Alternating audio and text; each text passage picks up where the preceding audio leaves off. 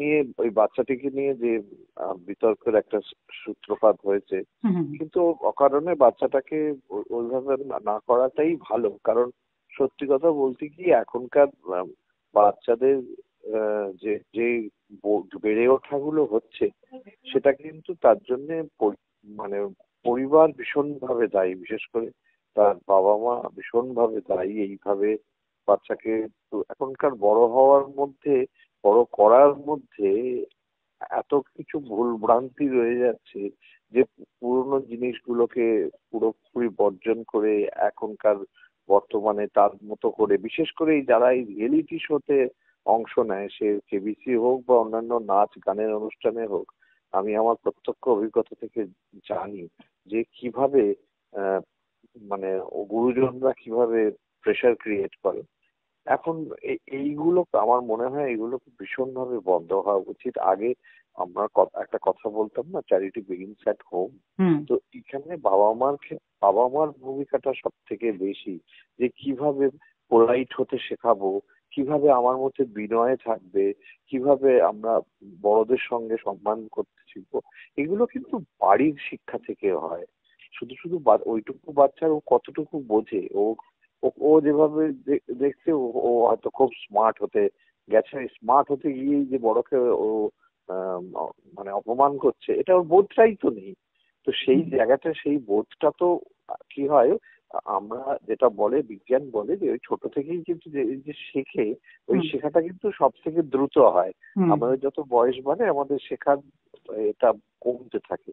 তো ওইটা তো যেহেতু ভিত, এরা যেহেতু ছোট, সেইখানে বাড়ির একটা বিরাট ভূমিকা থাকে। সুতরাং আমার মনে হয় যে বাচ্চাটিকে ওরকম ভাবে কোণঠাসা না করে, আমার মনে হয় যে বাবা মার দিকটা থেকে একটু ভাবা উচিত, এবং সবাইকে এটাই বলা উচিত যে কিভাবে বাচ্চাকে বড় করতে হয়। এটা হচ্ছে প্রমাণ যে এইভাবে যেন বড় করা না হয়। না, প্রথম কথা আমার মনে হয় যে এটা কোনো প্রি প্ল্যান নয়। দ্বিতীয় কথা, একটা এত বড় সোনির মতন একটা চ্যানেল এসব করবে না। দ্বিতীয় কথা, বাচ্চাটা যদি ওরকম করে প্রি প্ল্যান্ড হয় তাহলে বাচ্চাটা ওইভাবে অ্যাক্টিং, আমার মনে হয় না। বাচ্চাটা খুবই নর্মাল ছিল। এটা সম্পূর্ণ দোষ হচ্ছে মা বাবা, পরিবেশ, এবং ও যাদের সঙ্গে পড়ে তাদের, এবং তাদের বাবা। এটা আমাদের সোসাইটি। আমরা মাঝে মাঝে একটু ইংরেজি শব্দ বেরিয়ে আসবে, কিছু মনে করবেন না।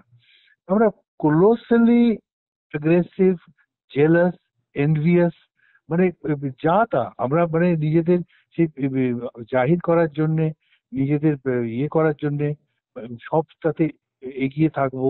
সব প্রশ্নের উত্তর আছে আমার কাছে, প্রচুর প্রচুর প্রশ্ন আছে। এই নিয়ে আমরা একটা সমাজ তৈরি হচ্ছে। আর মা বাবা তো পরে, আগে তো সমাজ, আগে তো মানুষ। তো আমরা নিজেরাও জানি না যে আমাদের বাচ্চার উপর কি এফেক্ট করছে। আমরা বড় বড় কথা মঞ্চে বলি, আমরা বড় বড় কথা, সুন্দর সুন্দর কথা যখন কোনো গ্যাদারিং হয় তখন বলি, কিন্তু রাস্তায় কি আমরা, যদি আমার গাড়ি ধাক্কা লেগে যায় এবার গাড়িতে কেউ সামনে এসে যায়, তখন কি আমাদের সেসব মনে থাকে? তখনই আসল রূপ বেরিয়ে পড়ে।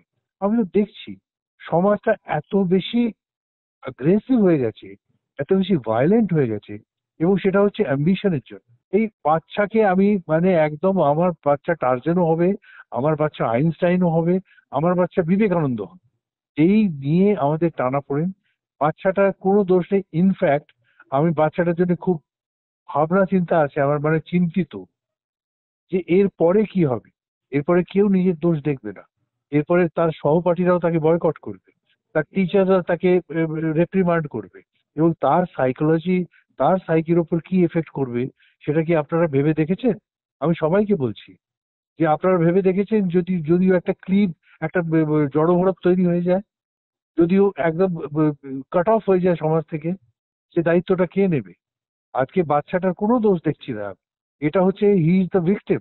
মা বাবার প্রতিফল, আকাঙ্ক্ষা, সমাজের ভায়োলেন্স এবং গ্রিড, এবং সহপাঠীরা আবার তার মা বাবাদের সঙ্গে কিভাবে ইয়ে হচ্ছে, এটা পুরো লতায় পাতায় ওতপ্রোতভাবে জড়িয়ে আছে।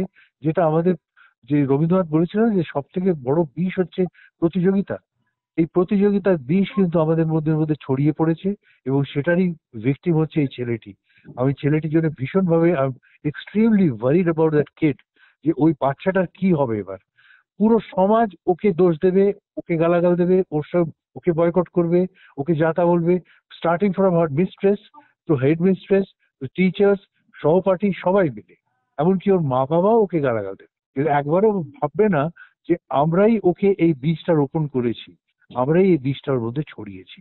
I am very very about that case. বাচ্চাটার বিহেভিয়ার নিয়ে সবাই একটা বলা বলি করছে, এটা গোটা সমাজ মাধ্যমে ছড়িয়ে গেছে সে বিষয়টা নিয়ে। জানো তো, বাচ্চাটা একটা ছোট্ট এক্সাম্পল, মানে আমাদের সমাজ, আমাদের রাজ্য, আমাদের দেশ এখন এইভাবেই চলছে, যেখানে রেসপেক্ট দেওয়া কাকে বলে সেটা প্রায় সবাই, মানে আমি তোমাকে বলছি 99% লোক ভুলে গেছে। মানে আমরা যেরকম ছোটবেলায় বড়দের গায়ে লাগলে বা কারোর অচেনা কারোর ধাক্কা লেগে গেল, মেনি কেস মানে এতে আমরা একটা সরি বলতাম, ওই শব্দটা এখন জাস্ট মানে উঠে গেছে।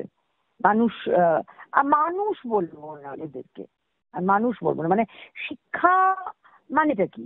শিক্ষা মানে তো কিছু পুঁথিগত বিদ্যা বা কিছু এটা জানি, এই ফর্মুলা জানি, এই জানি, তা তো নয়। টোটাল একটা মানুষ কি আমি, মান এবং হুঁশ আছে কি আমার? তো নেই। বাচ্চাটার মানও নেই। যার নিজের মান থাকবে না সে অন্যকে মান দেবে না, আর হুঁশ এক্সিস্টই করে না। এবং আমি তো বলবো এতটা ছোট বাচ্চা মানে তার মা বাবার দায়, মা বাবার দায়।